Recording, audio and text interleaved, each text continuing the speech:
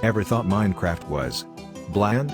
Don't get me wrong, I love Minecraft, the days when I used to grind in Hypixel, the SMP I made with my friends that lasted 2 days. Rage quitting because my friends beat me in a duel. But Minecraft is turning repetitive. That's where modifications of Minecraft come in. You want to nuke a base using magic? You want huge numbers of weapons in your arsenal? Well, there are mods for it all. But Minecraft deserves more than just a tweak here and there. It needs something truly groundbreaking. We're talking about caves that defy all expectations, going beyond what the Caves and Cliffs update brought. Picture stepping into a cave and feeling like you've entered a whole different world within the Minecraft universe. That's where Alex's Caves comes in.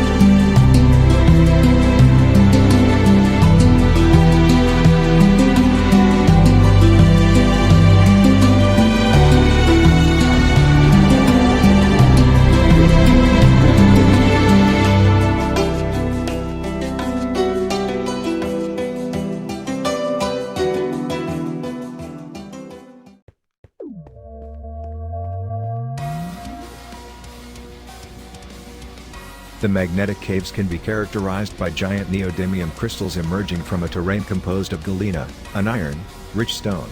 These crystals are where this cave gets its name from. They come in 2 varieties, scarlet neodymium and azure neodymium.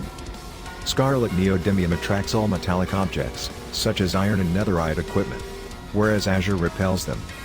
Due to the effects of magnetism on iron and netherite equipment, it is best to explore the caves using non-magnetic armor and tools. But if you wear a metal boot, you can walk on any surface of a scarlet neodymium block, including sideways and upside down. Amongst the crystals of the magnetic caves, you can come across Tesla bulbs, which can zap you with lightning whenever you come close. They can explode if broken or hit with a projectile.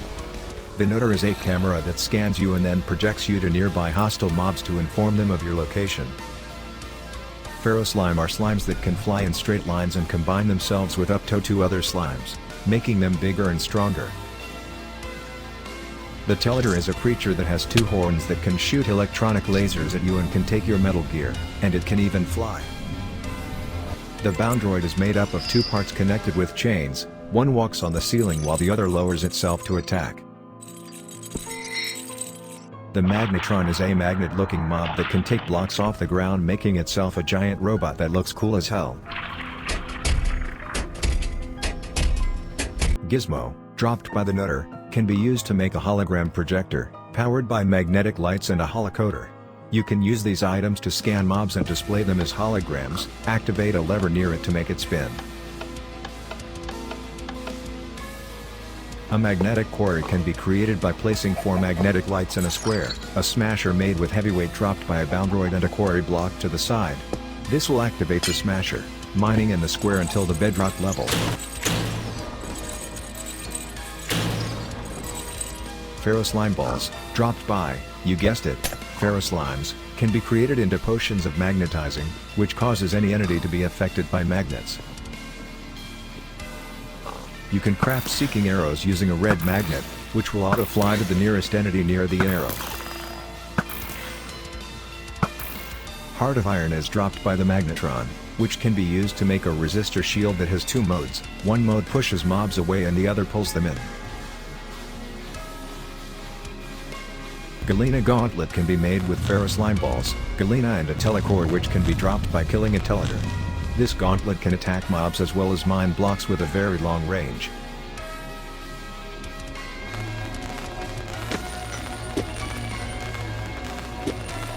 Using blue magnets we can make maglev rails, which can make a minecart go faster and hover on the rail, making it able to perform jumps.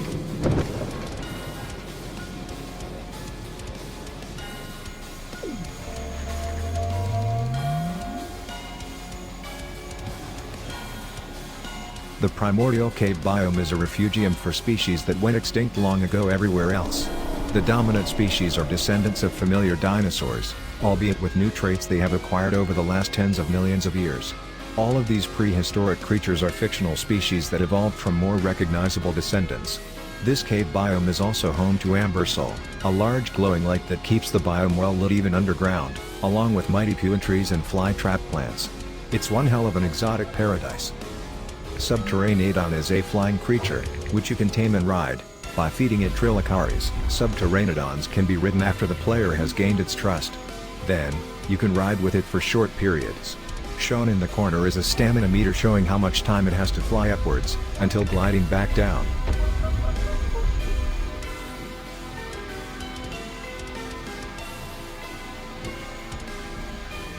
Grottoceratops is a large herbivore, which you can also tame and ride. It is also the prey of a pack of velociraptors. Velociraptors are predators that can open doors and steal loot out of chests. They hunt by following the elder, and when the elder is killed they start to flee. Velociraptors can be tamed by putting a dinosaur nuggets into a chest, and waiting for them to steal it. Once they fall asleep after eating the dinosaur nuggets, you can feed them serene salad to tame them. They will follow you and attack hostile mobs. When they are low they will turn invisible. Tremorsaurus is a dinosaur that is huge and is a strong predator. The ground and water shake when this mob is nearby.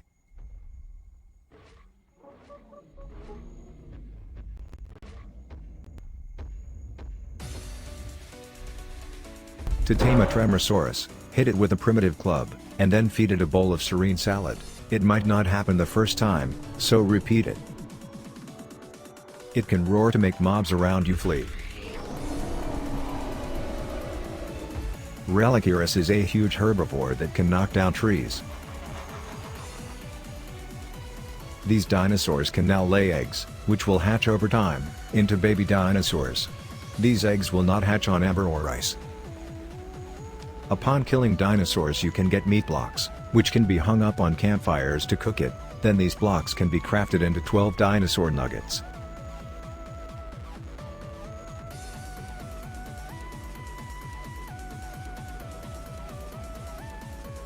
The limestone spear is a weapon you can throw at mobs, and can stack.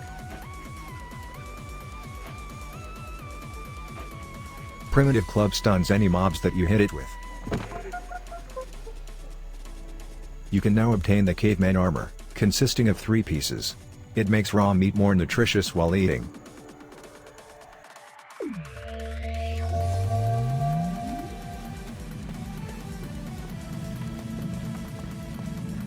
The Toxic Caves is a massive, underground wasteland. All that remains of this is an extremely hostile environment, home to some equally dangerous hazards and monsters. Most of the terrain of the Toxic Caves consists of radrock, an irradiated variant of stone.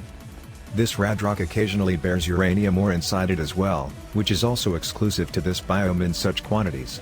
Dividing the open spaces of the Toxic Caves are large pits full of acid, a liquid which will first corrode your armor, then corrode you. Geothermal vents can be seen rising from these acidic pits, constantly bubbling and spewing out gas. These caves also feature the sulfur stack, which can grow in size if there's a block of acidic radrock dripping onto it. Within these caves, you can find numerous ruins of past industrial and atomic progress. These often contain loot, but they can expose the player to radiation by picking up any radioactive items and giving them the irradiated effect. Irradiated is an effect that stops all natural healing, and higher levels of this effect inflict damage at a constant rate. A new creeper is a cyborg creeper. If it spots you, you should run. When its countdown expires, a large explosion will happen, giving all nearby entities radiation and dealing huge damage.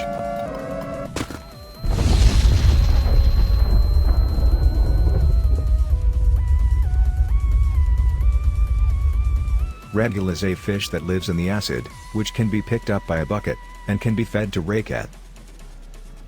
The Raycat is an undead creature made up of a skeleton animated by radiation. When tamed with Radgul, it will absorb radiation from the player. The Gamma Roach is a neutral mob. When attacked, other roaches become hostile and they can even pull mobs towards themselves. Brainiac is a strong mob that can attack at many distances, and even throw barrels of acid or drink them to heal.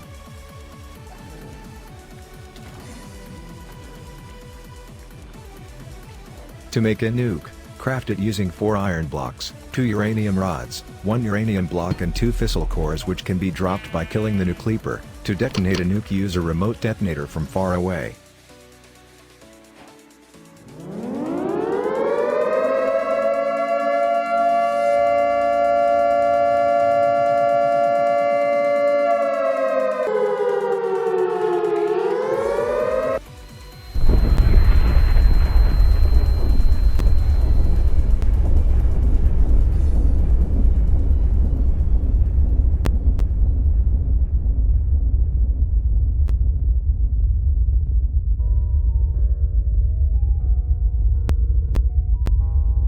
Hazmat suits are immune to acid, so they will not corrode in the acid, and take lesser damage with the irradiated effect. Ray gun can deal damage constantly and can be crafted using 2 uranium rods.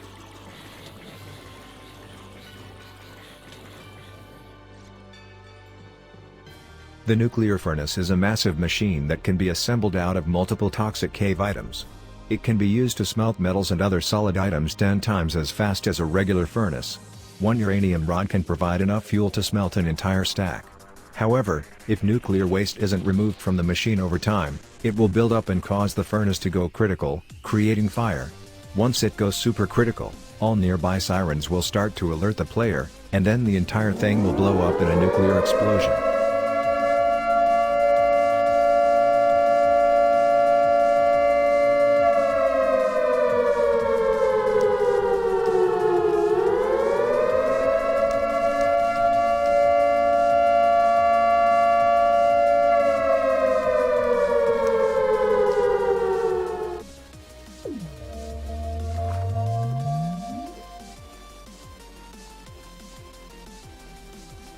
The Abyssal Chasm is a biome found exclusively under ocean biomes, which is covered by water.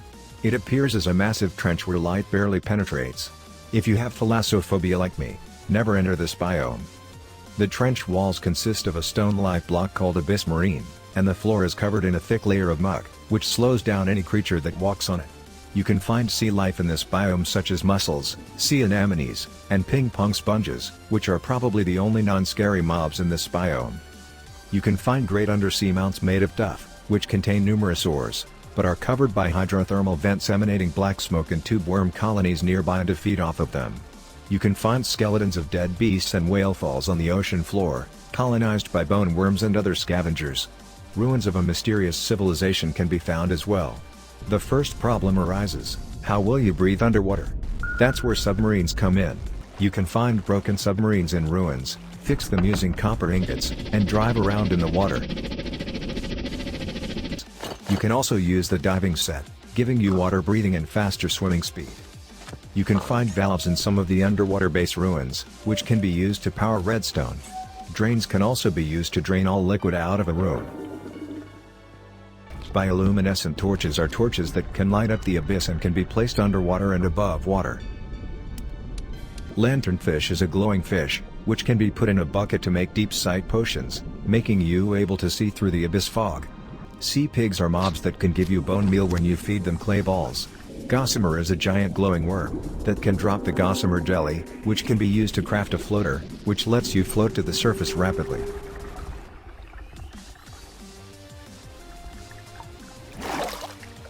Mine Guardian is a mine bomb that explodes by swimming towards you. Hullbreaker is a very dangerous leviathan that attacks your submarine when you keep the lights on and when it's near you. Deep Ones are underwater civilization that has a reputation system, depending on what you do in the caves. Killing mine guardians and bartering gives a higher reputation. Deep Ones consist of the Deep One, Deep One Knight and Deep Knight Mage. A Deep One can trade using pearls and an altar.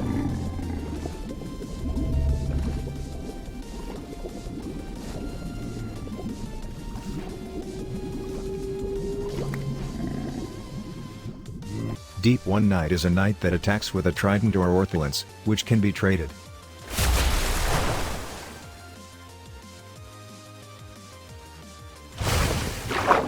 Deep One Mage uses bubbles to travel on land, which can affect other mobs, drowning them. They trade a magic conch that can summon Deep Ones in your location. You can also obtain a sea staff, that fires bolts of water, aiming towards nearby enemies.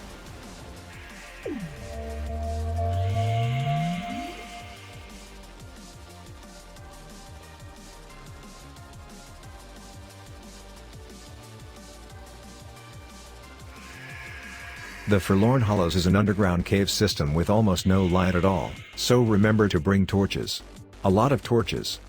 The large subterranean mammals native to these caves have deposited enough guano over time for it to petrify into guanostone, a rock, while some of it turning into coprolith, another type of rock. Poking through this terrain is the occasional peering coprolith, a reminder that you are being watched. Gloomith is a big passive moth that is attracted to light.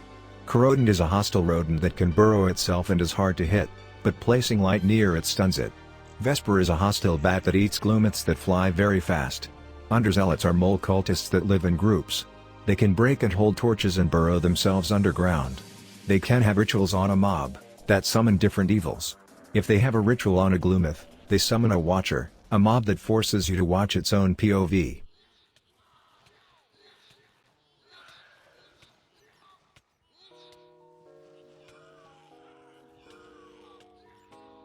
If a ritual is done on the Vesper, they summon a mini-boss called Forsaken, a giant bat that can grab enemies and bite them, and shoot a powerful red beam.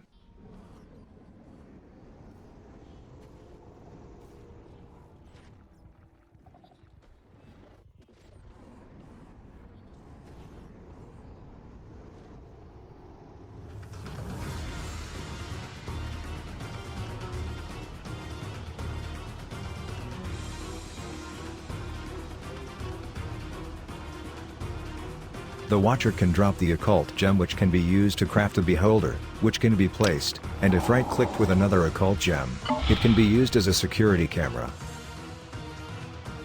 Corrodents can drop their teeth, which can be used to brew haste potions, and craft burrowing arrows, which can break 5 blocks wherever it is shot to.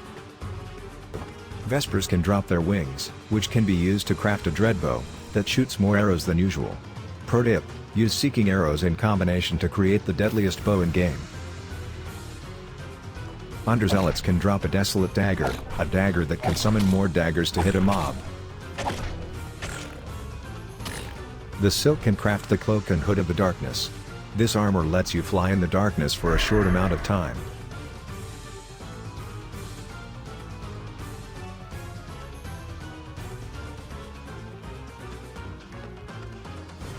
Totem of Possession can be used on a move, then holding down the totem moves the possessed mob. If the mob collides with anything, it attacks.